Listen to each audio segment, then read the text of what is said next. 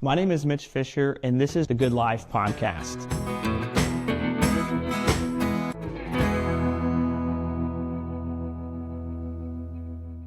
I want to start by just hearing about what you've been up to lately. You seem like you're keeping pretty busy these days, so I'm sure there's lots to talk about. But what do you do right now?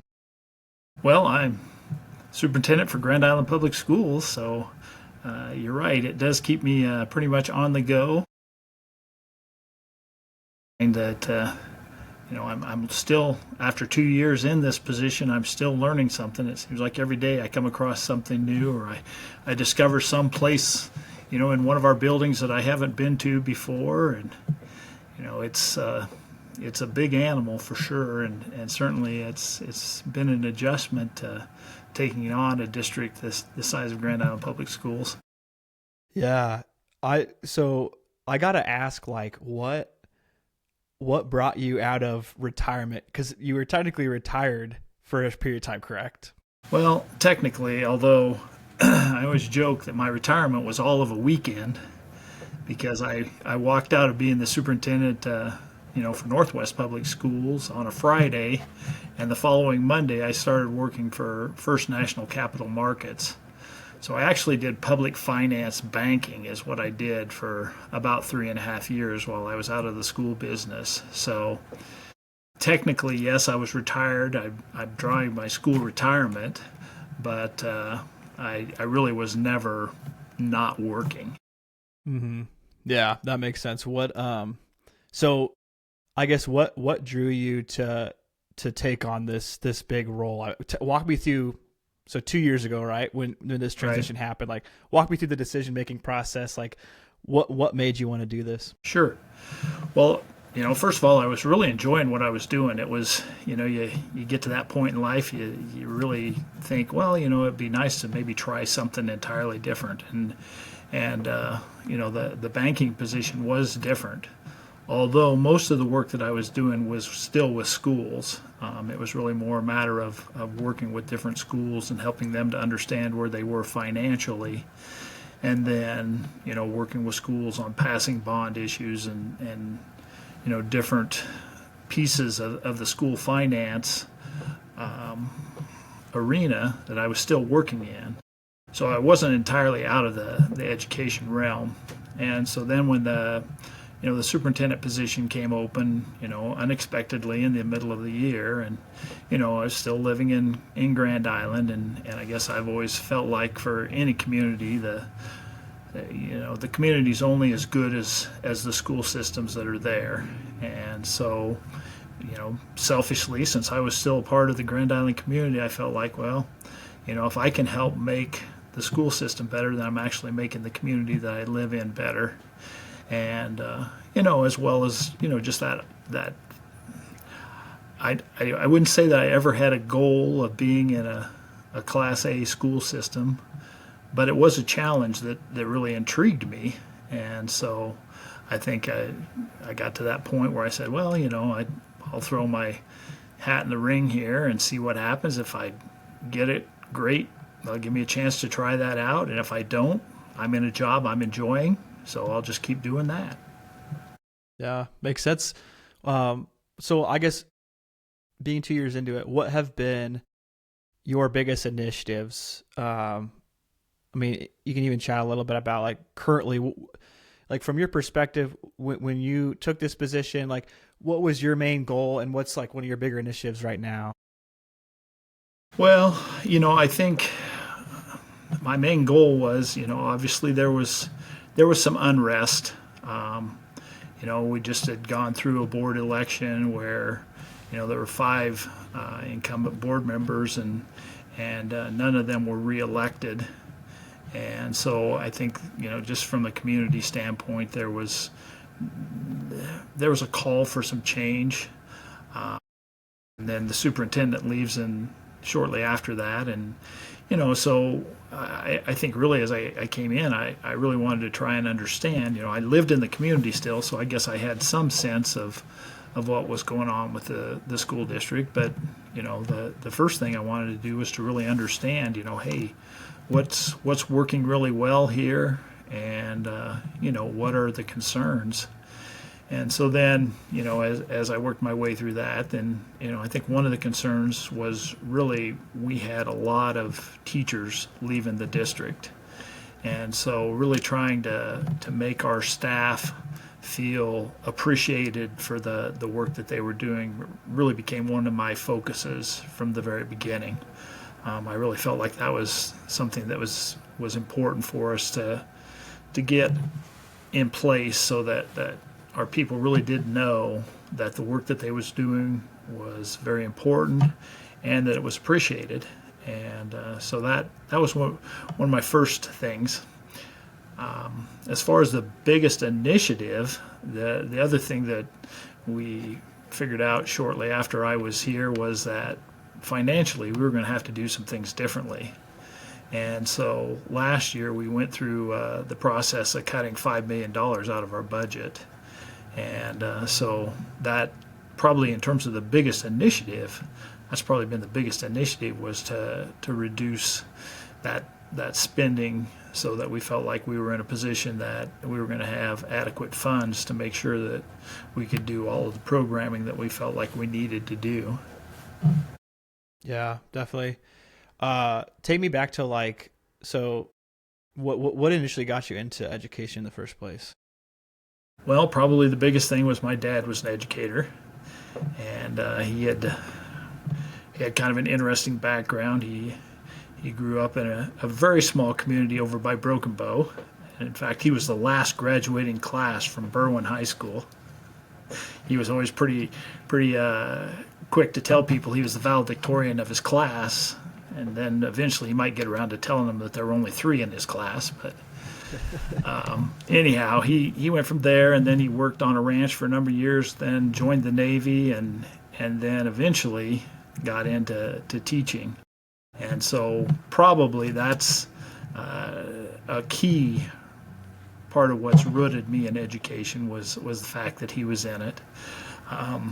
Wasn't necessarily where I set out when I went to college. I was going to be an engineer. And so I was in the engineering program for my first couple of years, and then I'd gone to what was then Kearney State College, University of Nebraska-Kearney now, but I was there. I was playing football, and I'm 2 years in, and they didn't really have an engineering school there, so if I was going to keep in the engineering program, I was going to have to transfer, and by 2 years in, I'd kind of decided, I'm not entirely sure I want to do engineering, but I had a lot of math and science classes by that time, so I decided, well, I could be a math and science teacher, and I've always been involved in athletics and stuff, and so I thought, well, teaching and coaching sounds like a pretty good route to go, and so that was kind of how I ended up in the education field. Where did you first teach, and then how did that lead to, was Northwest your first time as a superintendent? No. So I started teaching up in north central Nebraska, up in Bassett, and Rock County High School. I was a math and computer science teacher. Now you got to remember, computer science at that time was all new. We had 6 computers in the school, and I had every one of them in my room. So I had all the computer power that there was. And we were teaching basic programming and Pascal programming, and so I did that for 4 years, and then I had been working on a master's degree, and my dad had told me, he said, well, if you're going to get a master's degree, you might as well get it in something that will allow you to go a different direction. So I got my master's degree in school administration, and had just finished that up. So I was qualified to be a principal, and we had an unfortunate situation in the middle of the year there that caused our principal to leave in the middle of the year, and I was there. I had my degree, and they asked me if I wanted to be the principal. I really hadn't intended to be a principal that soon, but it was an opportunity, and so I took it. And so I taught for 4 years there, and then I was the high school principal for 8 years there. Wow. Then from there, we went out to Southwest Nebraska, out in Imperial, Chase County Schools, and I was a high school principal there, and did that for 6 more years. And then I became the superintendent. The superintendent left. He retired, and I had pretty much completed my superintendent degree by that time, and the board offered me the opportunity to move into the superintendent's job there, and so I took that, and then I served as a superintendent there for 8 years. And then from there, I came to Northwest as a superintendent. Gotcha. So what year did you start at Northwest? Started in Northwest, and I just have to think back through this. 2012. 2012. Okay, gotcha. So I'm curious, having graduated from Northwest, some of your time there, what were some fun stories you could tell about your time at Northwest High School, Northwest Public Schools, I guess, in general? Yeah, well, it was, it really was a great place to work. We had great people to work with. I think students were, top-notch students, and, of course, there were other students that weren't top-notch students, just like every school district. And sometimes those are the funnest students to interact with. But, I think in thinking about some of the real highlights, certainly the music program at Northwest, and you were deeply involved in that, but just the level of performance, both show choirs, musicals, concerts, the marching band at Northwest. That was the first time in, the 3 school districts I'd been into up to that point in time that we had a marching band that was a really, really good marching band. And so that was exciting. So those things were a lot of fun. Obviously, the years that I got there, that first year I was there, they won the girls' state basketball tournament, and they also won the volleyball tournament. So they were state champions, and that was the first time actually in my career that I'd been at a school that had won a state championship. So even though they were fairly common at Northwest for a few years there, that was the first time in the years leading up to that I'd been at a school that had won one. So again, those were certainly highlights. We had really a lot of really good teams. We won a state championship in girls track during the time I was there as well, and so those were always fun parts of what goes on there. I think some of the other things that I found, the administrators that we had, during the time that I was there, was really a fun group of people to work with, and really worked well together. And that doesn't always happen. I felt like our elementary principals really worked with each other at a very high level, and our high schools administrators, same thing, really got along well, did some good things. One of the things that we instituted at the time that I was there was our freshman academy at Northwest, and I felt like that was something that we did that really did benefit our incoming students, that really helped them to have a home of their own, and be able to feel like they weren't just a part of at that time what I thought was a big school. Now as I wandered around Grand Island Senior High, that doesn't seem like a big school at all. But I know for our students coming in from our elementary buildings, whether they came from the Northwest building or whether they came from a Grand Island Public building, that Northwest High School was a big school, and a little bit of an adjustment. So I felt like that freshman academy was something that we did that was really positive. What's been the biggest challenge then for you, moving from superintendent of Northwest and then taking the kind of the break and then coming back and being superintendent of GIPS? have there been any huge challenges, like differences of just like the scale of things, or what's been difficult there? Well, the scale of things is definitely, different, and it creates some challenges. A little bit like when I left Imperial and came to Northwest, I knew every student in Imperial. When I got to Northwest, when I first got there, I realized I'm not going to know every student here. I always set a goal to know at least every staff member, and really was able to do that. I think one of the things I really struggle with now is we've got 1,600 staff members. I don't know everyone. I recognize faces a lot of times. I know quite a few staff members, but just that, when I meet people, I'd like to say, Mitch, how are you doing today? But sometimes I don't know who that, what that name is. But I think one of the things, like I said earlier, that I have really tried to do is I've tried to be out in the buildings a lot and really help our people understand how important the job that they are doing is, and make them feel like they are supported. And so, so that's definitely been a challenge. The financial situation was a challenge, sorting through that.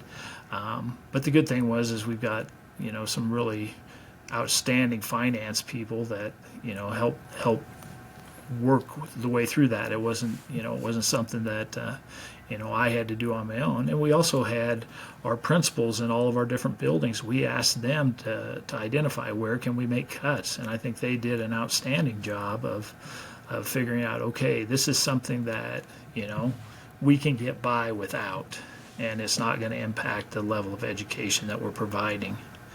And so those are some of the challenges. We've got 23 different buildings. Just trying to get around and get to all the different buildings and be present and have a sense of what's going on everywhere across the district is challenging. Fortunately, we've got a director of secondary education, a director of elementary education that we meet on a weekly basis. That really helps. Our HR director, outstanding person that's able to really help understand what's going on with our staffing needs, and I said finance.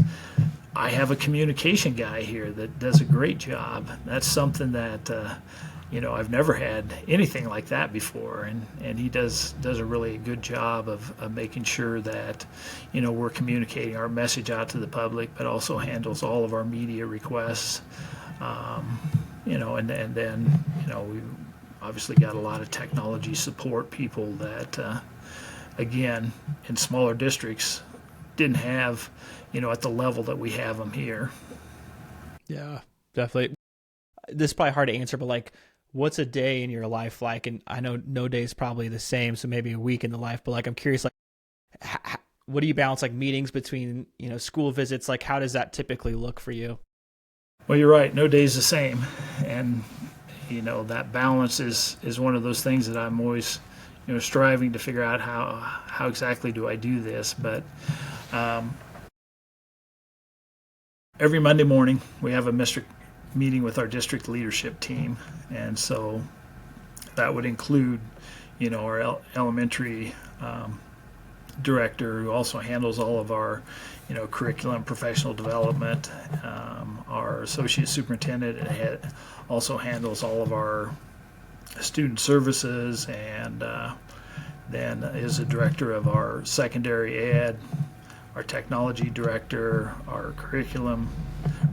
communications head, our finance director, our HR person. We all meet and really talk about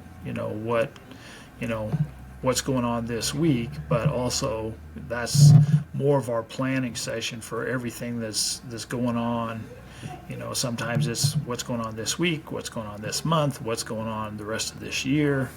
what things do we need to be working on for next year. So that's a key meeting for me every week. And, and then, from there, it all changes. That's probably the one set thing that I have. Beyond that, I'm going to be out in the buildings, trying to interact with people there. I've done way more interviewing, spent time on, whether it's with TV stations or radio or the newspaper, here. I've spent way more time than I have any place else. And so usually at least once or twice a week, I've got some kind of an interview going on. And typically there's, right now, I'm going to have 2 or 3 meetings a week around legislative issues that are going on in the state legislature. It's someone told me that, you're going to be in a meeting after meeting after meeting, and that's fairly accurate. Some of those meetings are a lot of fun. I really enjoy, we've got a student superintendent group that high school students that I meet with on a monthly basis. Always enjoy that meeting. A lot of the other meetings I have are not as much fun. But obviously there's conferences across the state that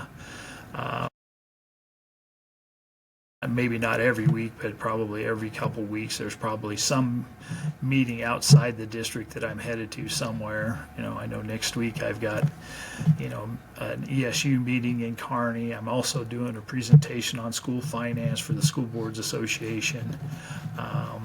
So it just keeps coming at you. There's some personnel issue. Again, when you have 1,600 employees, you're always going to have a little bit of something going on. Whether that's somebody leaving, or somebody that we've decided needs to leave. And so I spend quite a bit of time interacting with the director of human resources. Facility issues, there's seems like there's always a little something going on with facilities. We've got great facilities people, but every so often we have to spend some time talking about, okay, what do we need to be doing in this situation. Last week I spent a lot of time talking with our facilities people about, can we get parking lots cleared off, and are we going to have issues with heating the buildings, and all those kind of things that go along with the cold weather we had last week. Yeah. So that since that's a top of mind issue right now, what's when you see snows coming, what does your day and evening look like for you to make that decision whether to call it off or not? Like, how does that look? And maybe does it look the same as when you were at Northwest? Like, who are you in contact with? Like, how are you making those decisions? Well, it's definitely different because, rather than worrying about country roads that I had to worry about at Northwest or at Imperial or at Bassett, those were all things there. Now I'm worried about, the city streets and parking lots. Probably one of our biggest determining factors on whether we can have school or not is, can we get the parking lots cleared? Now that was a consideration at Northwest too, because obviously if you think about, whether you're thinking about, some of our schools here at Grand Island Public, or you're thinking about Northwest, the parking lot's not cleared, you're going to have a real issue. And so that's one of the considerations. Obviously, the first consideration is student safety. And, and that always, and I had this happen last week. Well, if you're worried about students, why didn't you call off school? Well, it's not as easy as that. For some students, absolutely the safest place for them, whether it's cold or whatever might be going on, is at school. And so, knowing that that's the case, and knowing that, for every parent, if they feel like they can't safely get their children to school, they always have the option of keeping them home. My stand has always been, if we can have school, we're going to have school. And so starting in the evening before, obviously you're gonna listen to the weather reports, and usually the National Weather Service out of Hastings gives about a 3 or 4 o'clock in the afternoon briefing on what they're seeing, and usually that's pretty accurate. And then I'm gonna interact with other superintendents. In particular, for me, it's Kearney and Hastings, because similar situations in terms of what they're dealing with. And then I'm also going to talk to the superintendents here in Grand Island and see what's everyone thinking. Obviously, if whether you make the right decision or the wrong decision, it's always better if you're in it together with everyone else. And so I'm going to reach out to those people and kind of see what they're doing, and then ultimately I'm going to sit down and meet with our facilities people and get their take on, all right, what's going to happen, and how much are we expecting to get, and how soon will we be able to get out and start moving snow off the parking lots. And so that's the day before. And then if at all possible, I want to make that decision the night before, because it's just a lot easier on families if they know the night before, okay, I got to find daycare, or I need to let them know at work that I'm not going to be at work because I've got kids at home. So we need to take care of that if we can the night before.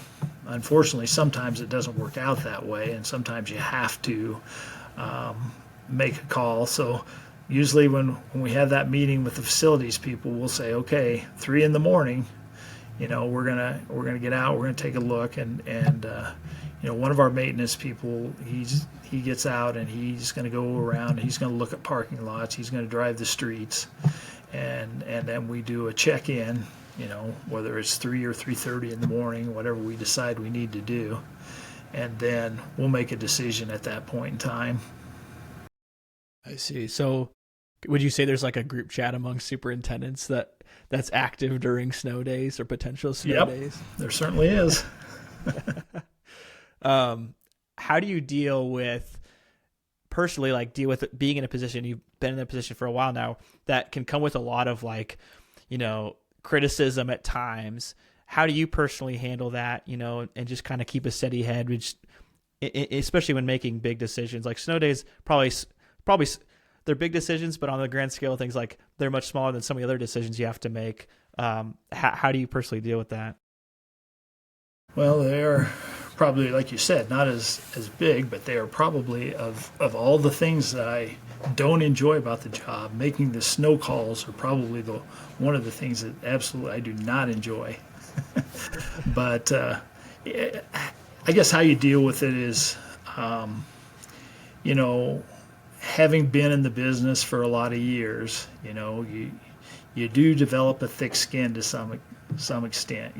That's I know that part of the job is going to be to get criticized, and that's just part of the job. And you get to that point where you recognize that although things that get said may seem personal, and they may people don't like decisions that you make, in the end, if you can go back and look at yourself in the mirror and say, I did what was right in my eyes, then that's whatever criticism comes your way, you've got that to fall back on. Well, the decision that I made was the decision I felt that was right. Now, has every decision that I made been the right one? I wouldn't say that for sure. And so then every once in a while you get to do some soul searching and say, wow, if I had that to do over, I definitely would do that differently. And that's part of the growth process that we all get to go through. Yeah. So what would you say has been like the toughest decision so far at GIPS? Well, I think we've been through some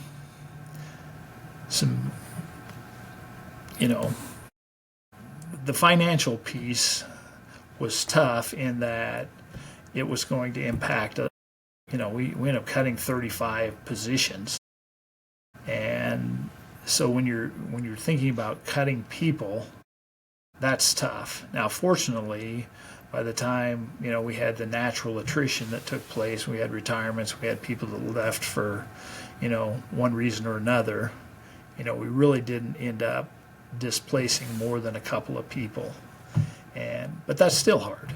And, so I think I would say that when we have to disrupt people's lives by, either terminating them, those are always tough, or through the reduction in force process that we had to go through last year. Those I think are the toughest things.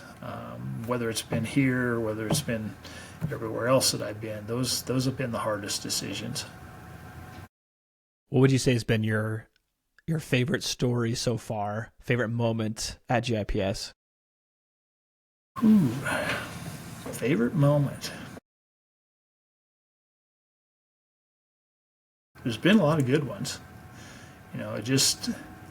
I guess this probably isn't a favorite moment, but I think one of the things that's maybe been the most rewarding about this job is I felt like I've made a difference. I've truly felt making a difference more in this job than any other job that I've had. And again, it's not because of any one thing that I've done. I think a lot of it just had to do with the time that I arrived, and the climate that was here, and just being a steadying hand in a time when there was a lot of turmoil. You could really feel like you were making a difference. And so again, that's not really a favorite piece or favorite story.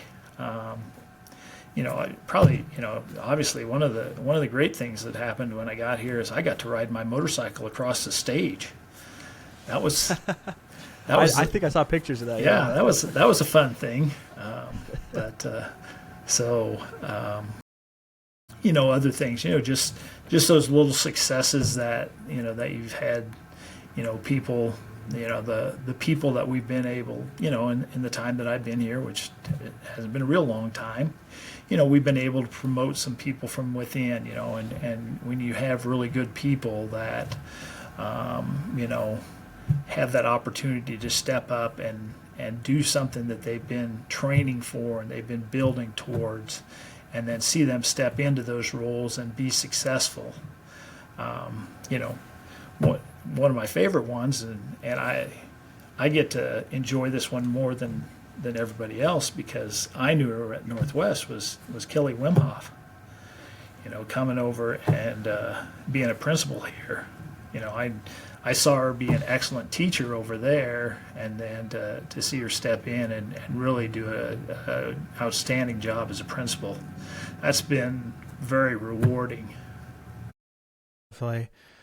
So you said, one of your initiatives, bigger initiatives or top of mind focuses was kind of employees' satisfaction, specifically teachers, because that was an issue before. What would you say, what have you done to tackle that head on, and that you've seen that kind of come to fruition, and what have you noticed about that improving so far? Well, I think as far as tackling what I've tried to do to tackle it head on, number one, being very visible in the buildings. Hopefully our employees feel like they know who I am, and that if something's going on and they see me in a building, they would feel like they could come and talk to me about it. So that's been one of the things I've really, really tried to accomplish. I think one of our other big pieces for our teaching staff in particular, and our building administrators, is we've really tried to simplify what we're doing. We've gone to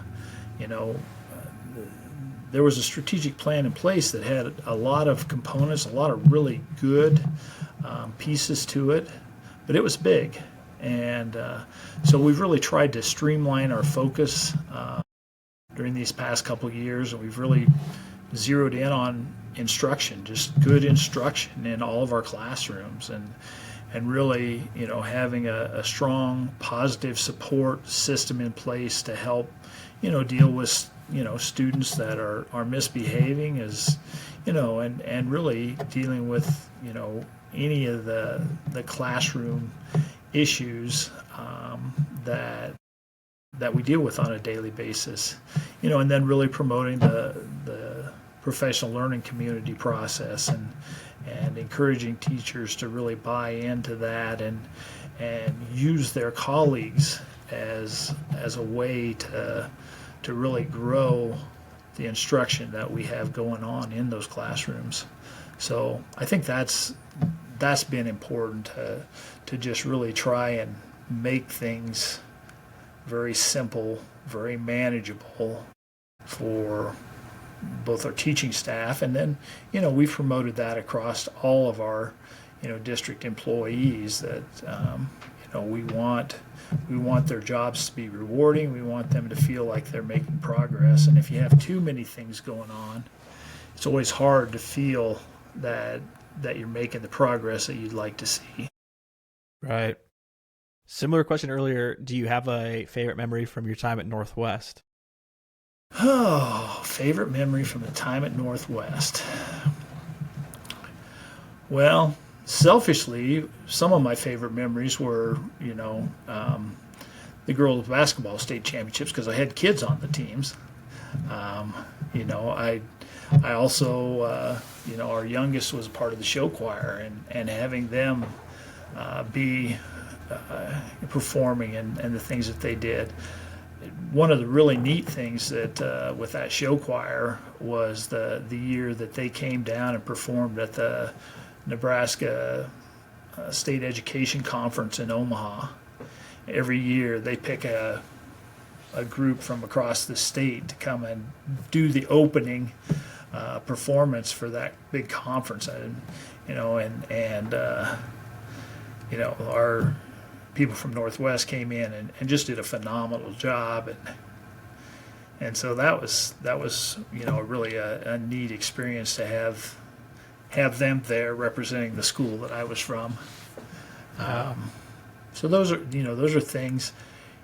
There's all those little different things. The times when we had administrator meetings that ended up bringing a lot of laughter when we needed to laugh, and so those are always good memories that most people don't get to see or even know they go on.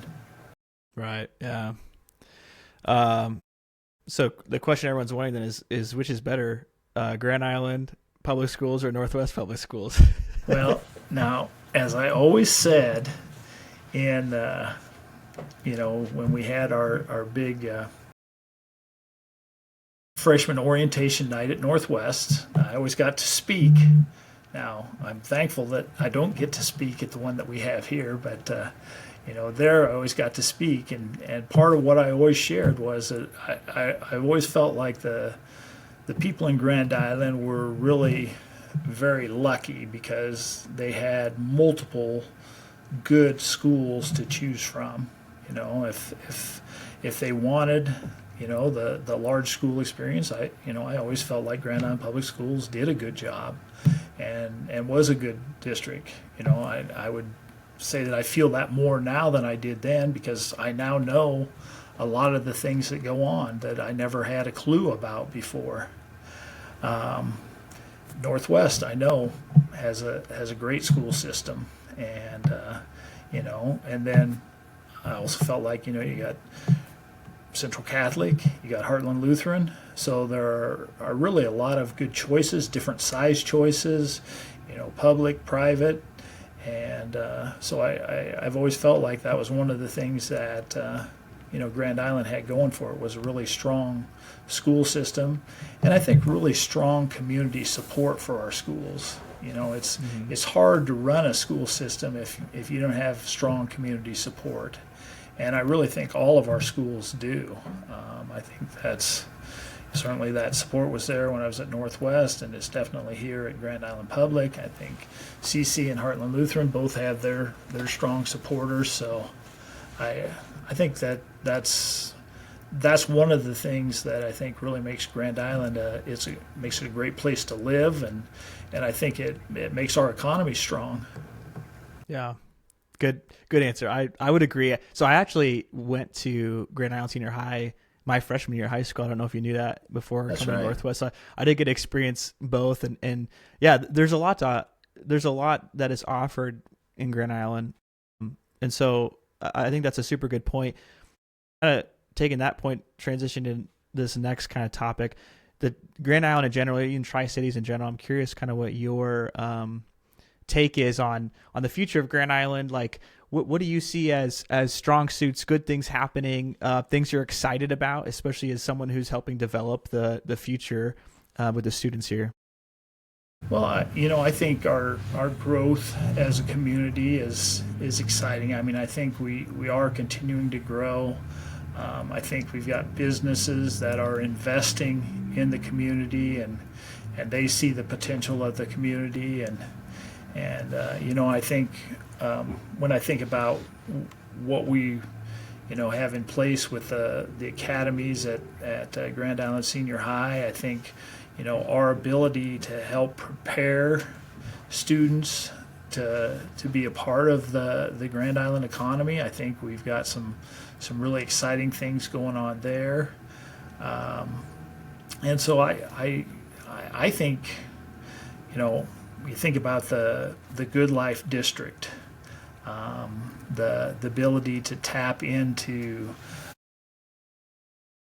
sales tax dollars that would otherwise be going to the state, and have those sales tax dollars stay right here in Grand Island to help develop the sporting complex and housing and all of the things that will make the community even better.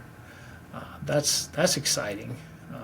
What's going on, at the Prairie Commons down in the southwest part of the community, the growth that's happening there. Again, that's exciting.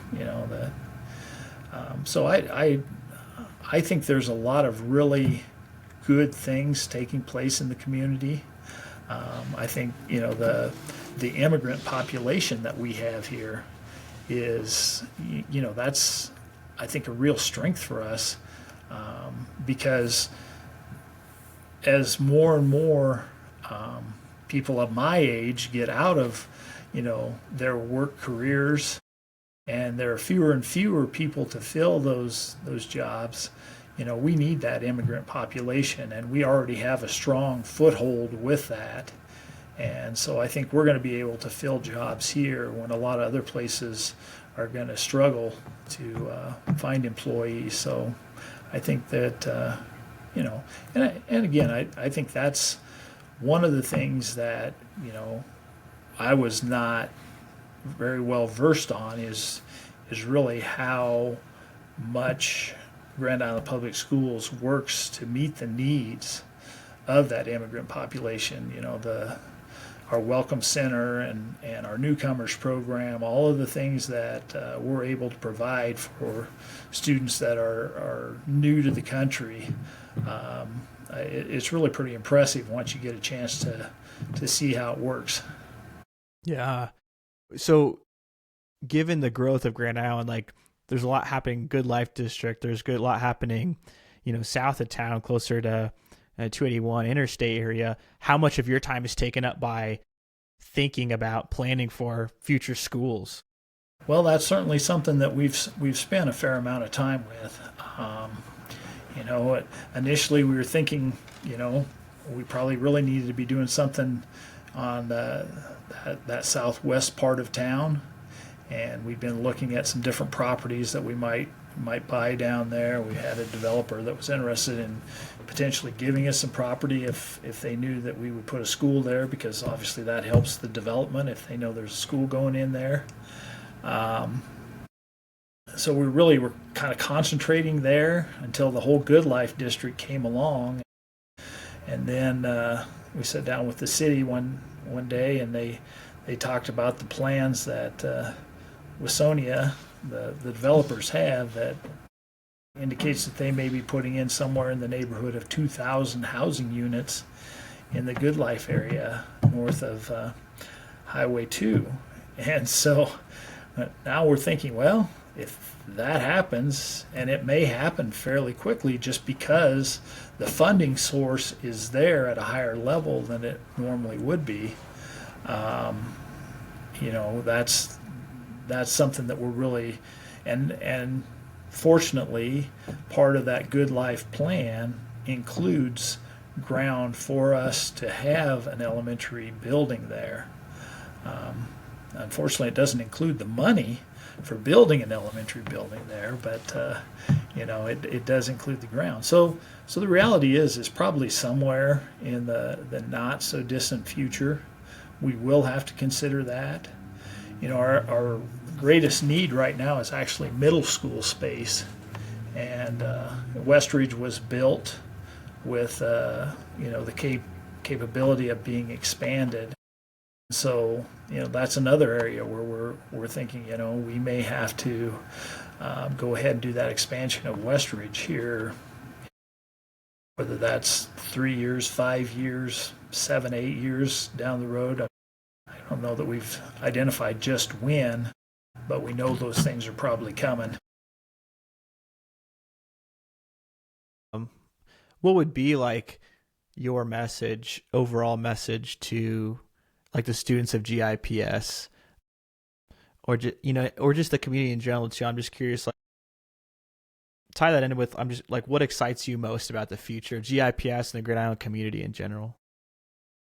Well, I think a lot of that would go back to the things that we just talked about. I think the opportunities that are going to exist for jobs in Grand Island, I think, is exciting. I think the preparation that we're able to do with students to help fill those jobs, I think that's really exciting. And I guess the message that I would send is just that we got a lot of great things going on here in Grand Island, and certainly we have a lot of great things going on at Grand Island Public Schools. I think that we're going to continue to see people move into the community. I think we're going to continue to see businesses expand in the community, and I think it's going to continue to be a great place to live. And so we'd certainly encourage, one of the things we always want is we want our students to come back and make Grand Island home.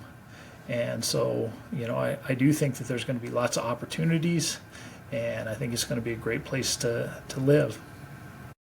100%. I agree. Mr. Fisher, thank you so much for taking the time to chat. This has been really good to hear about what you've been up to. It was an honor to be at Northwest while you were superintendent, and I know you're doing great stuff at GIPS. So thanks for taking the time, and just blessings and prayers upon your continued work. Well, you're very welcome, Mitch. Thank you. Have a good one. You do the same. All right. We'll see ya. Bye.